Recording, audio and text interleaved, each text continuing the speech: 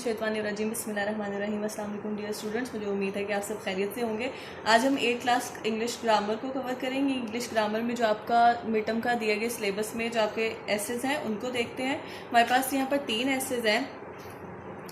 पहला मेरे पास यहाँ पर ऐसे है इंटरनेट के यूजेस ऑफ इंटरनेट के इस्तेमालात। सबसे पहले देखते हैं कि इंटरनेट को मतलब कि किस लिए इस्तेमाल किया जाता है। आपको पता है कि आज के दौर की सबसे बड़ी जो बेसिक ज़रूरत है वो हमारे पास इंटरनेट है। हमें कुछ भी सर्च करना होता है, किसी बारे में भी इंफॉर्मेशन चाहिए होती है, हम क्या करते हैं, हम इंटरनेट का इस्तेमाल करते हैं। Internet is one thing that we can not imagine our life without it. अब हम क्या होता है कि इंटरनेट के अलावा हम अपनी लाइफ को तस्वुर भी नहीं कर सकते हैं आज के दिन में। It is use in every sphere of life, और ये ज़िंदगी के हर शोबे में, हर दायरा कार में ये इस्तेमाल होता है। It has brought the world closer. और आपने देखा है कि इंटरनेट की वजह से ये जो पूरा जो वर्ल्ड है ये बहुत क्लोज आ गया है। पूरा जो वर्ल्ड है एक ग्लोबल विलेज बन गया है। आप कहीं पर भी बैठे, किसी भी कंट्री में बैठे, दूसरे मुल्क में बैठे या दूसरे कॉन्टिनेंट में बैठे हुए इंसान से बात कर सकते हैं।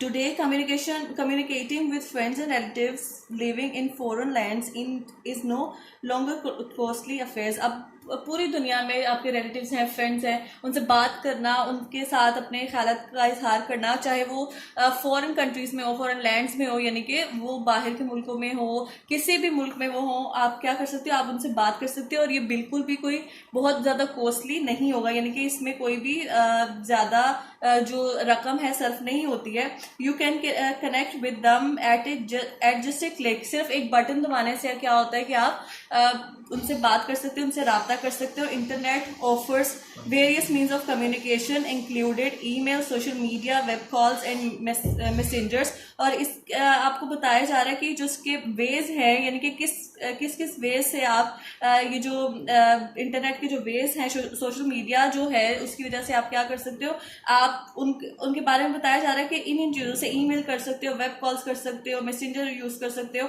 हर तरह से क्या कर सकते हो, आप कम्युनिकेट कर सकते हो अपने रिलेटिव्स एंड फ्रेंड्स से जो दूर दराज बैठे हुए होते हैं।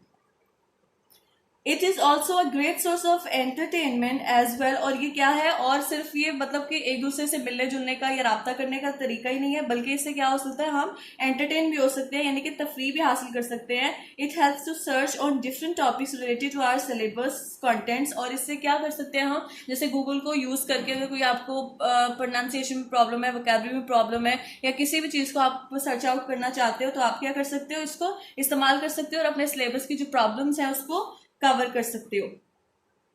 It has help the students in the form of E book and E libraries. E book आपको पता है कि ई बुक्स कैसी होती है। ई बुक्स होती है जिसमें आपको जो इमेजेस हैं वो चलते फिरते नजर आ रहे होते हैं। इलेक्ट्रॉनिक जो हमारे पास बुक्स होती हैं उनको हम क्या कहते हैं, उनको ई बुक्स कहते हैं। और ई लाइब्रेरीज मतलब कि हम सिर्फ एक जस्ट आपको वो जो चीज़ आपको सर्च करनी है उसको राइट करना है एंड देन उसको क्लिक करना है, और फिर आपको वो चीज़ पूरी चलती फिरती उसकी पूरी इमेजेस और वीडियोस आप उसको देख सकते हो। It has revolutionise the business world. और इसने क्या कर दिया, बिजनेस वर्ल्ड को भी बहुत ज्यादा मतलब इंकलाब बर्पा कर दिया। उसके अंदर क्या हमने देखा है कि सोशल मीडिया पर ऑनलाइन जो शॉपिंग्स हैं या ऑनलाइन जो बिजनेसेस हैं आप वो कर सकते हो। The concept of online shopping is become famous these days. और आजकल क्या हो रहा है कि आजकल लोग मतलब बाहर जाने के लिए या मसरूफियत के बाइस क्या करते हैं कि खुद वहां पर जाने की जगह कुछ भी शॉपिंग करना होता है उनको, या कोई भी चीज़ खरीदनी होती है, तो वो क्या करते हैं, वो ऑनलाइन शॉपिंग को तरजीह देते हैं। It is quite helpful for the travellers to navigate their destinations. और अगर कोई ट्रैवलर है, कोई मुसाफिर है जिसको उस जगह के बारे में नहीं पता, या जहां वो ट्रैवल कर रहा है, या फिर उन चीज़ों के बारे में मालूम नहीं है कि वो किस तरह से उस चीज़ को हासिल कर सकता है, तो वो क्या करता है, उसको ऑनलाइन बाय कर सकता है या ऑनलाइन उसके बारे में इंफॉर्मेशन जो है वो हासिल कर सकता है और अपनी डेस्टिनेशन जो है उस पर वो पहुंच सकता है। There are many useful apps that been introduce focusing on easy learning, आई कुरान, मैथमेटिक्स, इंग्लिश एक्सेट्रा। और बहुत सी ऐसी एप्स भी आ गई हैं जिससे आप बहुत इजीली लर्न कर सकते हो कोई भी चीज़। जैसे कि अगर आपको मैथमेटिक्स में प्रॉब्लम है तो आप मैथमेटिक्स को के लिए जो ऐप है उसको डाउनलोड कर सकते हो। अगर इंग्लिश में प्रॉब्लम है तो उसकी डिक्शनरी को डाउनलोड कर सकते हो। अगर आपको कुरान पढ़ना है तो आप कुरान को कैरी नहीं कर सकते अपने साथ, तो क्या करते हो कि मोबाइल में आप लोग डाउनलोड कर लेते हो और वहां से उसको पढ़ सकते हो. So the internet has benefited us in various field, और इस तरह से इंटरनेट बहुत से फवायद हमें मुहैया कर रहा है. How just an excess of everything is bad, लेकिन फिर भी हर चीज की ज्यादती जो है वो बुरी होती है. Over usage of internet is also bad for our mental, physical and social health. और इसकी वजह से अगर इंटरनेट बहुत ज्यादा अगर हम इस्तेमाल करते हैं तो वो हमारे लिए क्या हो सकता है, वो बहुत बुरा हो सकता है. हमारी मेंटल यानी कि हमारी जहनी हालत के लिए भी, हमारी फिजिकल जिस्मानी हालत के लिए भी, एंड सोशल हेल्थ और समाजी हालत के लिए भी, समाजी सेहत के लिए भी. कि अगर आप सिर्फ इंटरनेट इस्तेमाल करते जाओगे और बिल्कुल भी आप सोशलाइज नहीं करोगे लोगों के साथ, तो उससे क्या होगा, आपकी जो पूरी सोशल लाइफ है वो स्पॉइल हो सकती है, डिस्ट्रॉय हो सकती है. We must use it wisely for our benefit and refrain from our indulge. हमें क्या करना चाहिए, हमें सिर्फ उसको फायदे के लिए हासिल करना चाहिए, ना कि ये क्या हो कि ये हमारी बहुत हद दर्जा आदत बन जाए, और हमें इसको रोकना चाहिए. फिर इसके बाद हमारे पास जो हमारा सेकंड ऐसे है, यहाँ पर मेरे पास मेरे पास पेज नंबर है 384. यहाँ पर सेकंड हमारे पास ऐसे है, मेरा प्यारा वतन यानी कि माई बिलावड कंट्री. माई बिलावड कंट्री है Pakistan is my beloved country. आपको पता है, आप जिस भी मुल्क में रहते हो, जिस भी कंट्री में रहते हो, आपको वो मुल्क प्यारा होता है. और हम कहाँ पे रहते हैं, हम लोग पाकिस्तान में रहते हैं. Pakistan is my beloved country. Pakistan मेरा प्यारा वतन है. It came into being on 14 अगस्त 1947. और ये कब मार्ज वजूद में आया था, कब बना था, 14 अगस्त 1947 में. It has 5 provinces. और इसके कितने सूबे हैं, इसके 5 सूबे हैं, Punjab, Sindh, Khyber Pakhtunkhwa and Balochistan and Gilgit Baltistan. It is a democratic state which is being run on the principles of Islam. और ये एक डेमोक्रेटिक कंट्री है. डेमोक्रेसी जो है वो जमहूरियत को बोलते हैं, और जमहूरियत जो है वो हुकूमत चलाने का एक निज़ाम होता है, हुकूमत का एक निज़ाम है, उसको डेमोक्रेसी बोलते हैं. और ये जो मुल्क है इसको किससे चलाया जा रहा है, डेमोक्रेसी है हमारे मुल्क में. यानी कि इसमें सबकी राय जरूरी है, लेकिन फिर भी यहाँ पर प्रिंसिपल ऑफ इस्लाम यानी कि इस्लाम के जो कवानीन है उनके मुताबिक यहाँ पर हुकूमत की जा रही है. Islamabad is the capital of Pakistan. Islamabad Pakistan का दारुल हुकूमत है, दारुल खिलाफा है. पहले आपको पता है कि पाकिस्तान का दारुल हुकूमत स्टार्टिंग में कराची को बनाया गया था, उसके बाद फिर क्या किया गया, उसका जो दारुल खिलाफा है वो इस्लामाबाद में मुंतकिल कर दिया गया था. Allah has bestowed many things to Pakistan like tropical season, abundant mineral sources and variety of landscapes. Pakistan को अल्लाह ताला ने बहुत ज़्यादा चीज़ों से नवाजा है, यानी कि ज़मीनी खूबसूरती से और हर किस्म के ज़मीनी जो ख़जाने हैं उनसे नवाजा है. जैसे कि यहाँ पर ट्रॉपिकल सीजन्स हैं. आपको पता है कि बहुत सी कंट्रीज ऐसी हैं, बल्कि इस दुनिया में ज़्यादा कंट्रीज ऐसी हैं जहाँ पर सिर्फ और सिर्फ एक मौसम होता है और हमेशा वही मौसम चलता रहता है. लेकिन पाकिस्तान एक वाहिद ऐसी कंट्री है जिसको अल्लाह ताला ने 4 मौसमों से नवाजा है, जिसकी वजह से वैरायटी ऑफ सीजन्स आ जाता है लोगों के पास. फिर अबंडेंट ऑफ मिनरल्स है. यहाँ पे बहुत से जो ज़रई ख़जाने हैं, जो ज़मीनी ख़जाने हैं, यानी कि जैसे यहाँ पर चूना हो गया, लोहा हो गया, कोयला हो गया, और इस तरह की जो चीज़ें हैं वो ज़मीन में से खोद के निकाली जाती हैं. फिर इसी तरह से यहाँ पर सोर्सेज है हमारे पास एंड वैरायटी ऑफ लैंडस्केप. तो बहुत खूबसूरत जो वादियाँ हैं, लैंडस्केप्स हैं, बहुत खूबसूरत पहाड़ हैं, हर तरह की यहाँ पर अल्लाह ताला ने जो खूबसूरती है ज़मीन को बख्शी है. It is a nuclear power. और आपको पता है कि पाकिस्तान भी एक न्यूक्लियर पावर है. पाकिस्तान के पास भी अपना एटॉमिक बॉम्ब है. The national language of Pakistan is Urdu. Pakistan की जो कौमी जबान है वो उर्दू है, but many international and regional languages are also spoken है. आपको पता है कि पाकिस्तान की जो मेन जबान है, जो नेशनल कौमी जबान है वो उर्दू है, लेकिन पाकिस्तान में बहुत सी दूसरी यानी कि इंटरनेशनल लैंग्वेजेस यानी कि बैरूनी ममालिक की जो जबानें वो भी बोली जाती हैं, और रीजनल लैंग्वेजेस भी बोली जाती है. रीजनल लैंग्वेजेस यानी कि जितने भी खत्ते हैं, सब खितों की अपनी अपनी अलग अलग बोली होती है, सब कबाइल की, सब सूबों की अपनी अपनी, सब जगहों की अपनी अपनी जबानें होती हैं, तो वो भी यहाँ पर बोली जाती है. Its national dress is shalwar kameez. इसका जो नेशनल कौमी जो लिबास है वो आपको पता है वो शलवार कमीज है. Lahore, Karachi, Islamabad and Peshawar are the famous cities of Pakistan.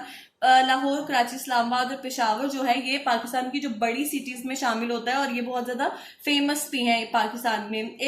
Has a rich culture traditions, और हमारे जो मुल्क की जो कल्चर ट्रेडिशंस है, हमारी जो रवायात हैं, हमारी जो तहजीब व सकाफत है, वो बहुत ही ज़्यादा रिच है। रिच से मुराद यहाँ पर कि वो बहुत ही ज़्यादा उसमें इक़दार पाई जाती है, बहुत ही ज़्यादा वो वर्सेटाइल है, बहुत वेराइटी है उसमें। I love my mother land very much, और मुझे अपने मुल्क से बहुत ज़्यादा मोहब्बत है, बहुत ज़्यादा प्यार है अपने मुल्क से। अब इसके बाद हमारे पास यहाँ पर थर्ड हमारा ऐसे है विलेज लाइफ। ये पेज नंबर 388 पर मेरे पास है विलेज लाइफ। आपको पता है कि हम लोग शहर में रहते हैं, हम लोग लाहौर में रहते हैं, और हमें विलेज लाइफ जो है वो बहुत ज्यादा फैसिनेट करती है, बहुत ज्यादा अच्छी लगती है, क्योंकि उसमें कुदरती मनाजिर होते हैं, नेचर होता है, और बहुत ज्यादा ग्रीनरी होती है। तो इसलिए आज हम पढ़ते हैं कि विलेज लाइफ एक्चुअल में होती कैसे है। Villages are the real fascination, villages are the real fascination, beauty and charm of nature. और इसमें क्या होता है, विलेज क्या होता है कि एक्चुअल में जो विलेजेस हैं वो नेचर के चार्म है, यानी कि उनकी जो खूबसूरती है और उनका जो चार्म है, उनकी जो खुशगवारियत है, और उसकी वजह से क्या होता है वो बहुत ज़्यादा फैसिनेट करते हैं उनकी खूबसूरती लोगों को। Life in villages is pure, life जो विलेज की लाइफ होती है वो बहुत ज़्यादा प्योर होती है, बहुत ज़्यादा सिंपल, सादा और खालिस होती है, काम एंड पीसफुल, और बहुत ज्यादा काम, बहुत ज्यादा पुरसुकून और पीसफुल होती है, क्योंकि आपको पता है वहां पर ट्रैफिक का शोर नहीं होता, वहां पर बहुत ज्यादा ग्रीनरी होती है, बहुत ज्यादा खूबसूरती होती है, इसलिए वो बहुत ज्यादा पीसफुल साउंड करता है, पीसफुल लगता है वो। Villagers led a very simple life, जो विलेजर्स हैं वो बिल्कुल सिंपल लाइफ जो है वो गुजारते हैं। They are devoid of many modern amenities that make life comfortable. अब वो क्या करते हैं कि उनके पास बहुत सी ऐसी जैसे शहर के लोगों के पास बहुत सी ऐसी सहूलियात नहीं होती हैं, वो या फिर उनको अवॉइड करते हैं ऐसी चीज़ों को, जिनकी वजह से क्या होता है कि उनकी जो जिंदगियां हैं वो बहुत ज़्यादा पुरसुकून है, उनकी जिंदगियों में किसी किस्म की हलचल नहीं है, वो मटेरियलिस्टिक नहीं होते हैं। दे आर हार्ड वर्किंग, और वो बहुत ज्यादा मेहनती होते हैं। जैसे आपने देखा होगा गांव अगर जाने का कभी इत्तेफाक हुआ हो कि उनके बच्चे, औरतें और मर्द सब लोग मिलकर काम कर रहे होते हैं, चाहे वो खेतों में करना हो या घरों में करना हो। They indulge mostly in agriculture activities, और आपको पता है कि गांव में खेत ज्यादा होते हैं, और इसकी वजह से क्या होता है कि वो ज्यादा एग्रीकल्चर यानी कि जो ज़रूरी काम होते हैं, जो खेतों से रिलेटेड या फिर जो फसलों से रिलेटेड होते हैं, वो ज्यादा काम कर रहे होते हैं। फार्मिंग इज देयर की प्रोफेशन, क्योंकि जो फार्मिंग है, जो ज़राअत है, उनका मेन पेशा होता है। दे ईट सिंपल फूड, और वो सादा खाना खाते हैं। That keep them healthy and fit, जो कि उन्हें बिल्कुल ताकतवर और फिट यानी कि मजबूत रखता है। दे value relationships and respect each other, उनके लिए रिलेशंस की बहुत ज़्यादा कदर होती है, और वो हमेशा एक दूसरे की इज्जत करते हैं। They build a strong social network to develop the society, और वो बहुत ज़्यादा क्या करते हैं कि अपने नेटवर्क को, सोशल नेटवर्क को, यानी कि आपस में मेल जुल का जो ताल्लुक होता है उसको बहुत ज़्यादा स्ट्रॉन्ग करके रखते हैं, ताकि माशरे और एक बहुत खूबसूरत माशरा बनाते हैं। But on the other hand, लेकिन अगर दूसरी इसका साइड देखी जाए, क्योंकि आपको पता है ना एक चीज का हमेशा दो पहलू होते हैं, एक अच्छा होता है, एक बुरा होता है। अब देखते हैं कि दूसरा जो हमारे पास पहलू है वो कैसा है। The infrastructure of villages is quite poor, क्योंकि क्या है, अब दूसरी हम देख रहे हैं। अब अगर शहरों में देखा जाए तो यहाँ का इंफ्रास्ट्रक्चर, यहाँ की जो बिल्डिंग्स हैं, यहाँ पे जो सड़कें हैं, यहाँ की जो बाकी इमारतें, वो बहुत ज्यादा वेल मेंटेन्ड है, बहुत ज्यादा मॉडर्नाइज्ड है। लेकिन अगर हम गांव में देखा जाए तो वहाँ का इंफ्रास्ट्रक्चर बहुत बिल्कुल अच्छा नहीं होता, खासतौर पर सड़कें जो है वो टूटी फूटी होती हैं, या फिर बिल्कुल कच्ची होती हैं, वहाँ पे पेवमेंट्स नहीं होती हैं। फिर इसके बाद यहाँ पे देखते हैं many villages lack even the basic necessities of life, और उनको जो लाइफ की जो बेसिक नेसेसिटीज हैं वो भी नहीं मिलती, जैसे कि बिजली हो गई, यानी कि इलेक्ट्रिसिटी हो गई, गैस हो गया, इस तरह की जो प्रॉब्लम्स होती हैं वो इस तरह की जो चीजें हैं, नेसेसिटीज हैं, उनको नहीं दी जाती हैं। सच एज इलेक्ट्रिसिटी, जैसे कि मैंने बताया कि बिजली है, सैनिटेशन है, यानी कि पूरा मतलब कि पानी को एक जगह से दूसरी जगह पहुंचाने का जो निज़ाम है, या पानी का जो नालियां हैं या गटर है, वो बिल्कुल नहीं सही से बने होते। मेडिकल फैसिलिटीज और उनके जो तिब्बी सहूलियात हैं वो भी अच्छे से नहीं दी जाती हैं, हॉस्पिटल्स नहीं होते हैं, मुकम्मल फैसिलिटीज वहां पर नहीं होती हैं। मीन्स ऑफ ट्रांसपोर्ट और फिर जो गाड़ियां हैं वहां पर वो भी ज्यादा बेहतर हालत में नहीं होती हैं। Many villages don't have the facility of basic education. और यहाँ तक के गांव में, कई गांव में जो स्कूल्स हैं उनकी फैसिलिटीज भी नहीं दी जाती हैं जो कि बेसिक एजुकेशन, जो बुनियादी तालीम भी इवन के दे सके। हायर स्टडीज को तो दूर की बात है। दस village life has both advantages and disadvantages. अब क्या होता है कि विलेज की लाइफ में एडवांटेजेस भी हैं, डिसएडवांटेजेस भी हैं। Government must take initiative to develop the villages. और गवर्नमेंट को चाहिए, मतलब हमारी हुकूमत को चाहिए कि वो क्या करे कि वो गांव की तरक्की के लिए इकदाम करे, so that life become more comfortable there, ताकि जिंदगी वहां पर मजीद आसान हो सके और मजीद लोग जो है वहां पर नेचर के करीब रह सके। तो मुझे उम्मीद है कि आज का लेक्चर, आज ये जो ऐसे हम लोगों ने पढ़े हैं, आपको अच्छे से समझ आ गए होंगे, अच्छे से आप लोगों ने इसको सुन लिया होगा। और नेक्स्ट लेक्चर के साथ फिर मिलेंगे। अल्लाह हाफिज।